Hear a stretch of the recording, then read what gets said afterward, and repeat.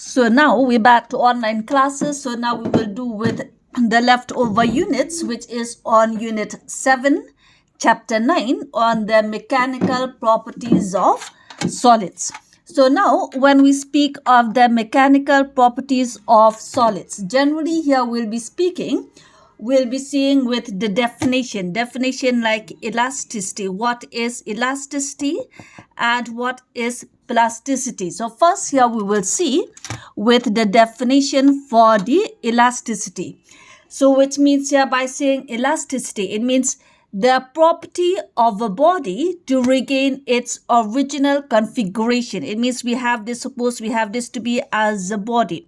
It means if force is being applied on a body, there will be a deforming of the body. Either it will change in shape, either it will change in volume or in length. That is we call the deformation of a body. But here we say by saying elasticity, it means when a force is being applied and when the force is being removed, the body regains back its original shape or its original size. This we call it as the elasticity. So elasticity is defined as that property of a body to regain back its original configuration, either in terms of length, in terms of volume, or in terms of size. This we call it as the elasticity. So now here, the opposite of elasticity is plasticity. So now here we have another definition for the plasticity. So now what is plasticity? Plasticity, it means the inability of a body to return to its original size or shape. It means if we have this body, if a force is given to a body, it means either it will change, it loses its shape, or it loses its original size. So now even after removing the force, the body do not return back to its original shape or its original size. This we call it as plasticity. So plasticity, it means the inability of a body to return to its original shape and size. So for this, I'll just explain, then I'll give you with the notes for these definitions. What are elasticity? What are plasticity? So from here, we have also another important definition. We call it as stress.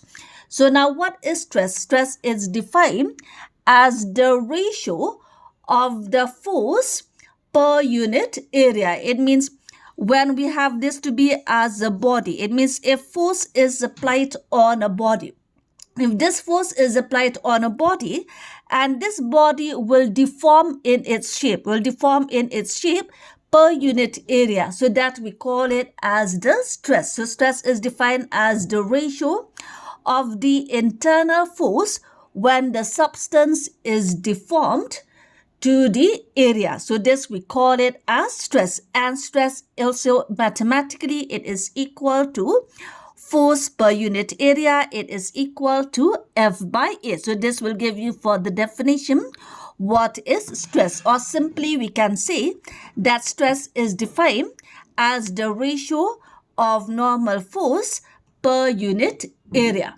And the SI unit, when we speak of the SI unit, what is its SI unit? SI unit, it means we take the SI unit of force and the SI unit of area. We take the SI unit of force. SI unit of force, this is being measured in Newton. And the SI unit of area, it is being measured in meter square. So it means the SI unit of stress, this is taken as Newton per meter square, or it can be written as Newton meter inverse square. So this will give you for the SI unit. So it means, and also when we speak of stress, there are two types of stress. So for the two types of stress, one we have what we called as the normal stress. One we have what we called as the normal stress. And number two, we have what we called as the tangential stress. So normal stress, it means, let's say we have this to be as a body. We have this to be as a body. When a force is being applied on a body, it means, for example, we have this to be as a body. When force is being applied in this form, when force is being applied on this body, this we call it as perpendicular. So if force is applied perpendicular to the surface, this we call it as the normal stress. And if we have this body, if force is being applied in this direction, this we call it parallel to the surface area. So if force is being applied parallel to the surface area, this we call it as the tangential. This we call it as the tangential stress. So it means there are two types of stress. If force is being applied perpendicular to the surface area, we call it as the normal stress. And if it is being applied parallel to the surface area, this we call it as tangential stress. And in both cases, we have the same definition. We have the same definition of stress. Now, what is stress? Stress, as I have said, is equal to force per unit area. So here also it means tangential stress also is equal to the same as force per unit area. So it means in both these cases we have the same definition for stress. So here, besides having the definitions, what are stress, and also we have for the definitions what is the normal stress and what is the longitudinal stress. So another importance here, we have what we called it as strain. So now we have another definition. This we call it as strain. It means strain is defined as the ratio of the change in size or shape to the original size. It means if we have this body, so let us say that a force is being applied, or for example, we have, let's say we have this to be as a rubber band. If we have this rubber band, if a force is being applied, it means when you pull the rubber band, if you pull the rubber band to this side, there will be a change in length. It means this rubber band, it undergoes strain. It means it is defined as the change in length to the original length. So it means if there is a change in shape or size of the body, this we call it as strain. So likewise here also, when we speak of strain, there are three types of strain. Number one, we have what we called as the longitudinal strain. So now what is longitudinal strain? Longitudinal strain, it is defined because here there are three types. If the change in length, change in volume. So longitudinal strain, it means if we have as the change in length, it means the change in length to the original length. So longitudinal strain is equal to the change in length divided by the original length. So now what is this change in length? Change in length, it is denoted by del. Del, we call it as the change. Change in length, it is denoted as del L. Original length, this is denoted by capital L. So therefore we say that longitudinal strain is equal to del L by L.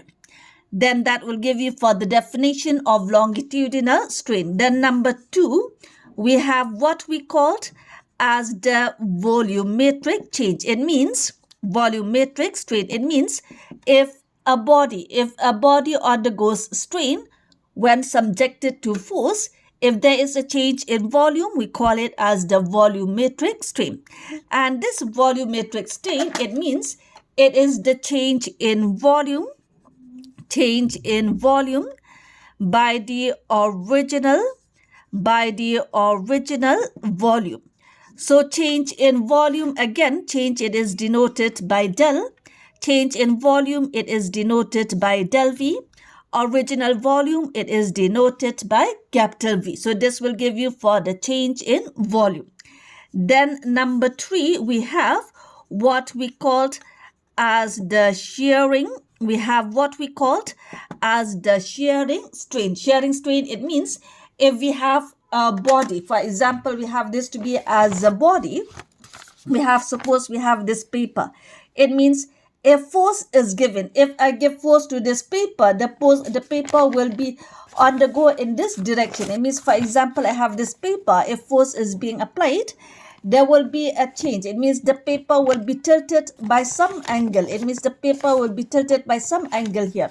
So that paper which has been tilted by some angle there, or the tilt in the angle, that we call it as the shearing strain. So therefore we say the shearing strain, it is defined as the angle tilt by the body. So angle tilt by the body, or we say that shearing strain, it is denoted by theta. So therefore we have that theta is equal to del L by L. This we call it as the shearing strain. So here we have that there are three types of strain. We have the longitudinal strain, we have the volumetric strain, and we have the shearing strain. It means the change in size or shape of the body is defined as the strain. So this will give you for the three types of strain, and along with the two types of stresses. We have the normal stress